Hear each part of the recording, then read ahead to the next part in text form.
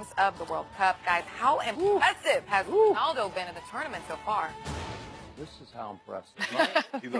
He's got the GOAT thing going, right? On the biggest stage, he says he's the best. A lot of people go back and forth. Is he Lionel Messi?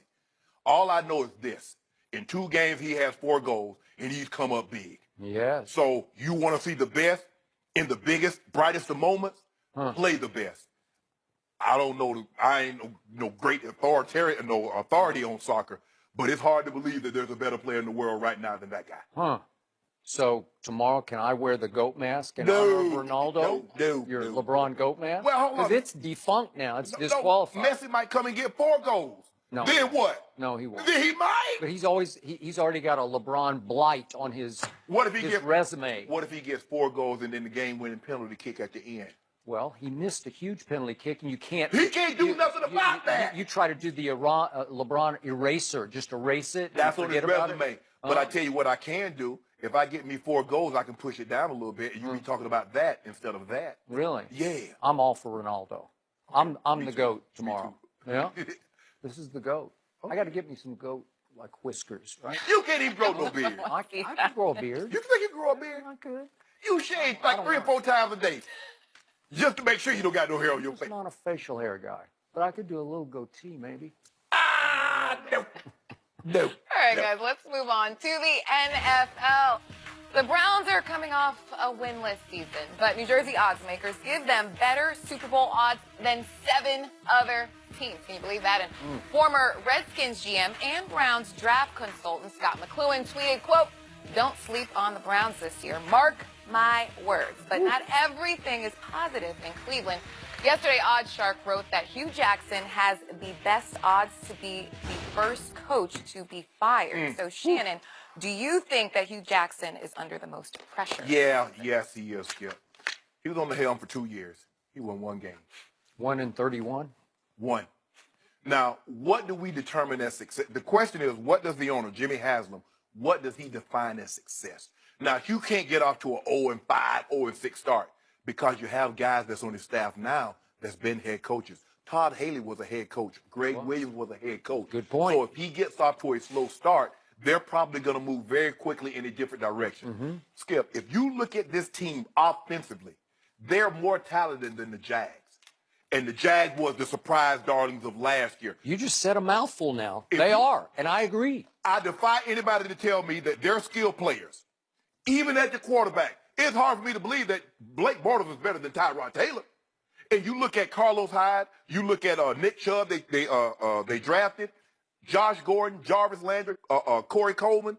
You tell me that offensively, skill position for skill position, that the Jacksonville Jaguars have a better skill. And by the way, just to add a quick point to that, very soon Baker Mayfield will be better than Blake Bortles. But go ahead. So with that being said, Skip, if he gets off to something like let's just say the first 6 to 8 games, he's 3-5, or he's 3-3, 3-4, something like that. Okay, now he's on to something. But he can't get off to that slow start that he's customarily got off to and expect to help keep his job. They've upgraded. I think they're better offensively. I think they're better defensively. So, yeah, he's under the most pressure because he only has 1 win in 2 years. He needs to get off to a fast start to make sure he finished the season as the head coach. Then Jimmy Haslam will have to weigh how much success did we actually have. Unfortunately, I am with you on this, and I am a big Hugh Jackson fan. I know him a little and like him a lot, but he is in the wrong place at the wrong time. He was not hired by the new GM, John Dorsey, who has spent time in, as we know, Kansas City and Seattle and Green Bay, but especially in Kansas City.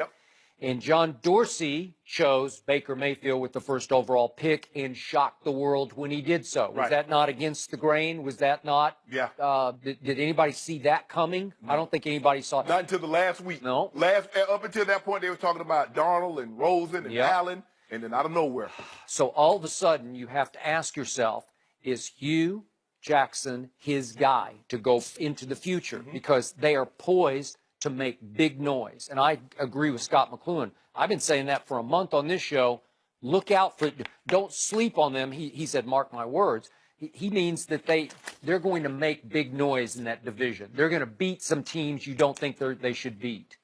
The Cleveland Browns can say, don't sleep on us. We're going to surprise some people.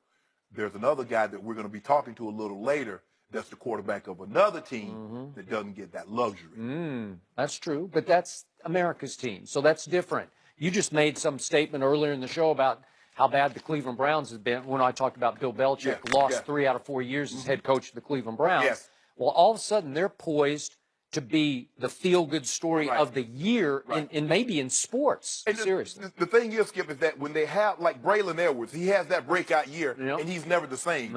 Peyton Hillis has that breakout year. He's never the same. They can't have Derek Anderson has that breakout year. He's never the same. The question is that when they get these really good players that trend towards being great, can they have, 1 year, 2 years, 3 years? Can they put it together? Josh Gordon is still very young. Coleman is in his second year. Jarvis Landry is in his fifth year? And Njoku is in his second year. So they have talent, Skip, to go beyond. So now can they put it together in succession, 1 year, 2, 3? Can they string some years together? So, is it possible Hugh Jackson is a better coordinator than a head coach? Because I always liked him as a coordinator, but now I look at the head coaching resume, 1-31 in Cleveland, and he had 1 year in Oakland. Remember, it was just 1 year. They got off to a hot start, 7-4, and then they finished badly to go 8-8. And remember, Reggie McKenzie then took over as the new GM, and what did he do? He fired Hugh. He fired him after 1 year. And they had gone out to trade for Carson Palmer, who had come in and had a couple of good games, and then he lost 4 of his last 5. And that was the end of that regime. Like, you had your shot, Hugh. We're going in a different direction. So Hugh's head coaching resume is not impressive. Yeah, and here's the thing, though, Skip. I'm afraid that if he doesn't succeed here, I don't believe he'll get another opportunity to be a head coach. I don't know about that, but you're probably right. So the point is John Dorsey positioning this thing to bring in his guy or to elevate? Has he fallen in love with? I don't know his relationship with those other 2 guys. Well, Todd Haley was head coach in Kansas City, but I don't know, was he there before? I'm not sure. I'm not sure either because maybe. I know. And then I don't know if John Dorsey likes him or not. Right. The question is, Skip, what is success for Cleveland? You won 1 game in the last 2 years. You were 0-16 last year. What is success to John Dorsey and Jimmy Haslam? Is it 7-9? Is it 8-8? Is it 10-6? What would you determine success to be? Because that's going to be the ultimate determining factor. You win 0 games 1 year, and then if you win 7-8, Skip, that's got to be an improvement. That's got to be success. I would say 7 games. That was my target. Yeah. That they're capable of winning. I got them between 4 and 7 myself. But Skip, if you look at them offensively, Skip, they're loaded. They're loaded at the skill position. Well, that kid they drafted, the cornerback out of Ohio State. Denzel Ward. So you got Duke Johnson, you got Carlos Hyde, you got Nick Chubb, Corey Coleman, Landry, Josh Gordon, Njoku. Skill position. Can Tyrod be consistent? Can he give him consistency? Okay, so if you're Hugh Jackson, do you go forward with Tyrod to try to save your job or keep your job? Or do you say, I should go with the GM's pick, Baker Mayfield? I'm trying to save my job. Because guess what, Skip? If I go with Baker, somebody else is going to be coaching him next year anyway, Skip. So I'm trying to save my job. And if there comes a point in time during the season that I see slippage in Tyrod's play, and I think Baker gives us the better chance, well, I'm going to him. But I'm starting the season unless Tyrod just steps off a cliff. And all of a sudden, Baker Mayfield looks like a second-year Carson Wentz in year 1. Oh, I'm not touching that situation. I'm trying to win me some game. I'm trying to hold on to this job. This is where we part ways, because if I'm Hugh Jackson, I try to attach myself to Baker Mayfield going forward and show that he's my guy and I can be his guy, because the future is Baker Mayfield. It's not Tyrod. And I like Tyrod a lot. But here's the thing, though, Skip. The difference between what we see with the Cleveland and, say, a Ben Roethlisberger, that team in Pittsburgh was equipped to go to a championship with steady play. Now, Cleveland hadn't had that level of success.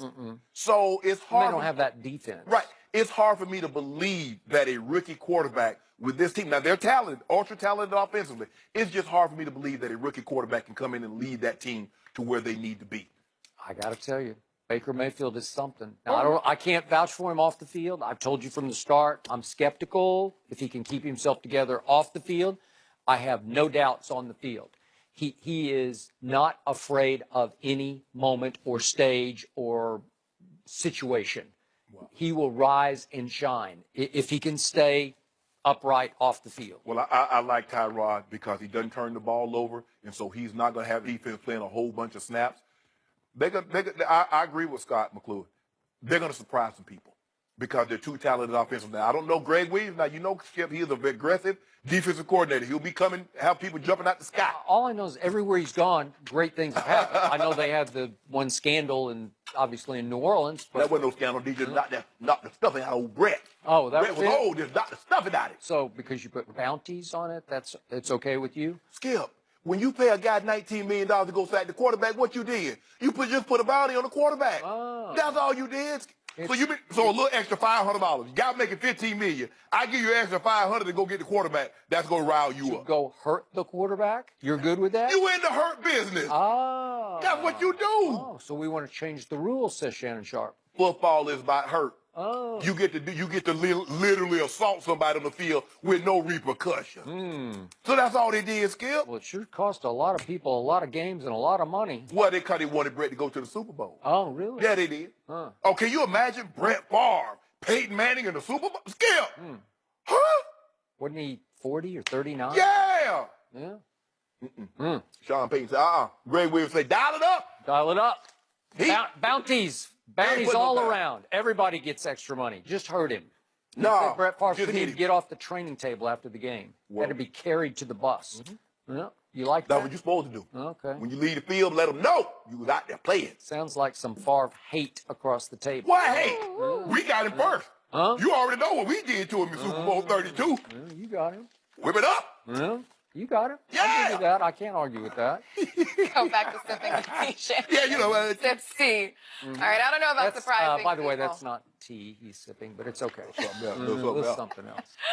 Yeah, I don't know about surprising people, but the Browns have interesting pieces. Let's see how they gel. They still got training camp to figure things out. So let's talk a little NBA. It's the LeBron watch, people. Where will LeBron end up next season? We'll discuss that one next with Eddie House.